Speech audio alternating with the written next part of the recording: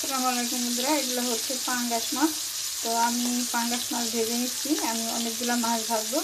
তো অনেকগুলো মাছের থেকে আমি 2 টুকরা মাছ একটু বেশি ভালো করে ভেজে নিব, কারণ এই 2 টুকরা মাছ দিয়ে আজকে আপনাদের সাথে আমি নতুন একটা ভর্তা শেয়ার করতে যাচ্ছি।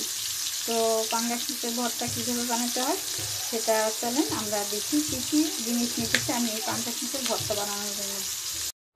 তো 2 পিস পাঙ্গাস মাছের জন্য আমি নিছি পরিমাণ মতো ধনেপাতা কুচি, আর নিছি 2টা বড় বড় পেঁয়াজ কুচি, নিছি 3টা শুকনো মরিচ ভাজা। তো এই শুকনো মরিচ ভাজাটা আপনারা কম বেশি করে নিতে পারবেন।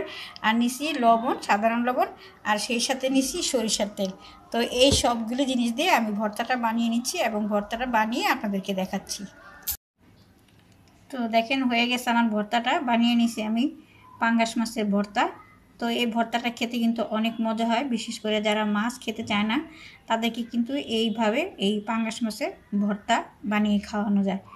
তো যদি আমার আজকের এই ভর্তা রেসিপিটি ভালো লাগে অবশ্যই লাইক, কমেন্ট, শেয়ার করবেন। আর যারা ইতিমধ্যে সাবস্ক্রাইব করছেন তাদেরকে অনেক অনেক ধন্যবাদ। আর যারা এখনও করেন প্লিজ আমার চ্যানেলটা সাবস্ক্রাইব করে নেবেন।